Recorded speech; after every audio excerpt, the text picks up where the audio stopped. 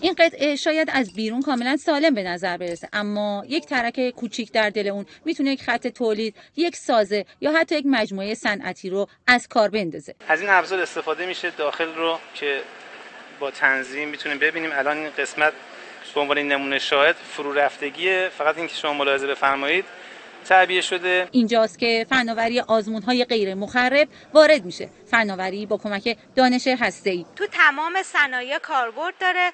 تو صنایع هسته‌ای به طور خاص چون قطعات فوق‌العاده حساس هستن، جوش‌ها حساس هستن، کاربردهای خیلی بیشتری داره و ما برای اونها از این وسایل استفاده می‌کنیم.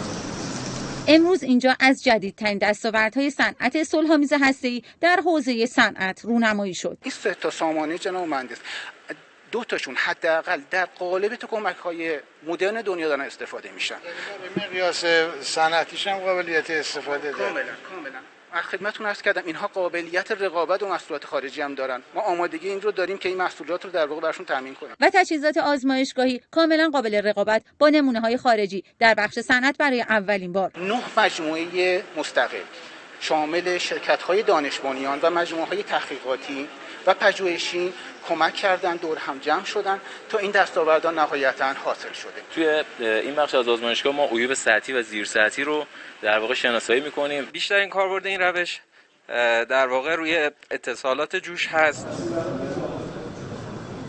بیش از 40 ماده و تجهیزات که در آزمون‌های غیر مخرب در صنایع پتروشیمی، نفت و گاز کاربرد دارند برای اولین بار به صورت یکپارچه در سازمان انرژی اتمی به بهره برداری رسید. رئیس سازمان انرژی اتمی هم این رو گفت که ایران به دانش گداخت هسته‌ای برای انرژی پایدار دست پیدا کرده. در بخش گداخت همکاران ما از مرز اثبات فناوری عبور کردند، وارد در حقیقت سیستم و سامانه و قابلیت سازی شدن که این میتونه در حقیقت با تقویت و گسترش این شبکه میتونه در رسیدن به محصول سرعت بده، مسیر ما رو کوتاه بکنه. فناوری که کاربردش محدود به صنعت هسته‌ای نیست و در صنایع مختلف به کار گرفته میشه. طیبه کارگر، خبرگزاری صدا و سیما.